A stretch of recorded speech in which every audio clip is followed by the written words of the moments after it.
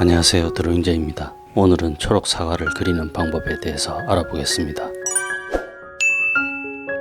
사과 초벌은 비리디안 청록색과 퍼머넌트 옐로우 노란색을 섞어서 초벌합니다. 물감이 영어 이름을 병행해서 말씀드리는 건 잘난 척 하려고 그러는 거 아닙니다. 물감 이름이 다 영어로 되어 있어서 정확한 색을 알려드리기 위해서 영어 이름을 함께 사용합니다. 우리말 색 이름이 정감 있고 좋은 부분도 있습니다. 나무색, 고동색, 개나리색 이런 이름 예쁘고 좋죠. 살색, 샛노란색, 누런색, 누리끼리한색, 똥색, 오바이트색. 순 우리말로 색깔을 얘기하는 것보다는 영어 이름을 쓰는 게 뭔가 좀 더 전문적으로 보이고 있어 보이고, 사과 초벌색에 반다이크 브라운, 짙은 갈색을 섞어서 그림자 위치를 대충 잡아줍니다. 흰색을 많이 섞어서 하이라이트를 그립니다. 완전 흰색을 쓰면 하이라이트가 지잘났다고 혼자 튀게 돼서 사과하고 어울리지 않습니다. 초록기가 도는 흰색을 만들어서 그려줍니다. 하이라이트 테두리를 풀어서 사과하고 따로 놀지 않게 자연스러운 반짝이를 만들어줍니다. 짙은 초록색에 흰색을 살짝 섞어서 사과 궁디 부분을 칠해서 역광을 만들어줍니다.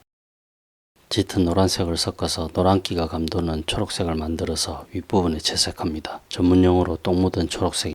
짙은 초록색으로 사과 궁디 윗부분 팬티 라인쯤 되는 제일 어두운 부분을 채색합니다.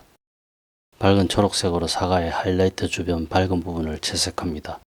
그림자 테두리가 선명하게 되지 않게 색을 풀어서 자연스럽게 만들어줍니다.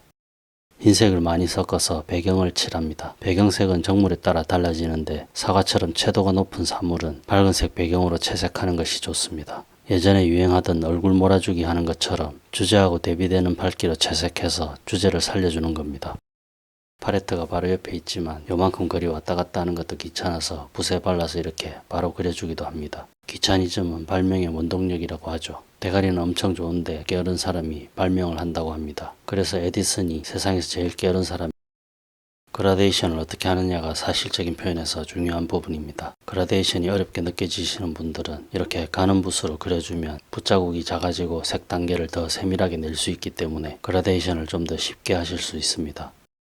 배경을 정리합니다. 모든 그림이 다 그렇지만 아크릴 물감은 특히 여러 겹을 발라야지 깔끔한 색을 올릴 수 있습니다. 완전히 마르고 난 다음에 한두 번 더 덧칠을 하면 깔끔하게 정리할 수 있습니다. 조금 수고스럽더라도 그림은 정성입니다. 정성과 노력을 들인 만큼 좋은 그림이 완성되니까 꾹 참고 몇 번 덧칠해 주세요. 노력과 정성을 들여서 그린다고 꼭 좋은 그림이 완성되는 건 아니라는 게 함정입니다.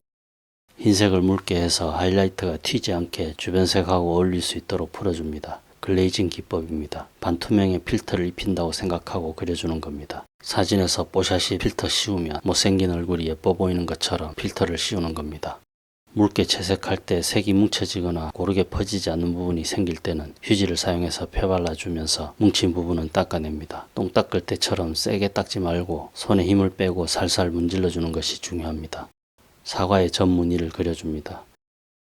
너무 강하게 칠해진 부분은 마르기 전에 손으로 눌러주면 연해집니다. 라면땅 볶다가 후라이팬 쳐서 얼굴에 다 튄 것처럼 사과에 있는 많은 점을 미친듯이 다 그릴 필요는 없습니다. 잘 보이는 몇 개만 그린다는 생각으로 그려줍니다. 사과의 테두리 부분을 글레이징 기법으로 부드럽게 정리합니다.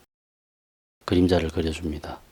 사과 그릴 때 흔하게 하는 실수 5가지에 대해서 빠르게 알아보겠습니다. 첫 번째, 사과 형태를 동그랗게 그리는 실수입니다. 사과를 전체적으로 동그랗게 그리면 어색합니다. 둥글기가 아랫부분으로 갈수록 살짝 좁아지게 그리는 것이 좋습니다. 도형으로 얘기하면 역사다리꼴에 가까운 모양으로 둥글게 그려주는 게 좋습니다. 두 번째, 빨간 사과는 빨간색으로, 초록 사과는 초록색으로 그리는 실수를 합니다. 뭔 소리야, 씨발.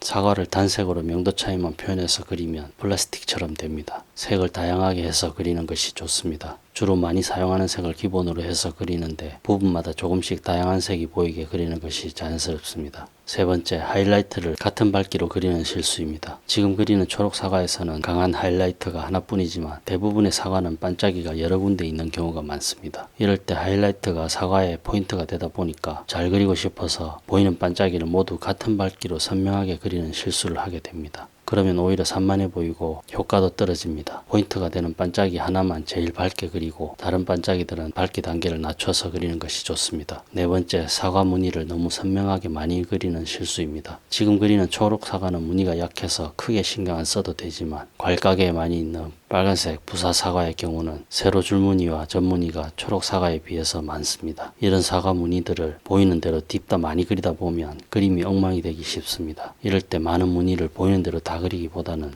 눈에서 가까운 부분과 하이라이트 주변 밝은 부분의 무늬를 주로 그려주고 역광이나 사과 외곽 쪽은 생략해서 그리면 훨씬 자연스럽고 좋습니다. 다섯 번째, 사과의 그림자를 대충 그리는 실수입니다. 사과 그림자를 그냥 대충 타원 모양으로 그리고 마무리하는 경우가 많습니다. 그림자는 사과뿐만 아니라 모든 그림에서 아주 중요한 요소입니다. 사과 그림자가 단순하다고 대충 그리지 말고 그림자 모양을 꼼꼼하게 관찰해서 전체 모양과 길이, 강약을 잘 표현해서 그려주는 것이 좋습니다. 사과만 그리면 심심하니까 물방울을 그려줍니다. 물방울은 생각보다 간단합니다. 사과색보다 조금 진한 색으로 물방울 테두리를 그립니다. 그런 다음 아래쪽에 밝은 초록색으로 역광을 그립니다. 흰색에 가까운 밝은 초록색으로 물방울의 하이라이트를 그립니다. 이렇게 하면 물방울 묘사는 끝입니다. 간단하죠? 하이라이트나 역광이 너무 튀지 않게 자연스럽게 정리해주면서 물방울을 마무리합니다. 지금까지 초록 사과를 그리는 방법에 대해서 알아봤습니다. 오늘 영상이 마음에 드셨으면 구독, 좋아요, 전체 알림 설정 부탁드립니다. 감사합니다.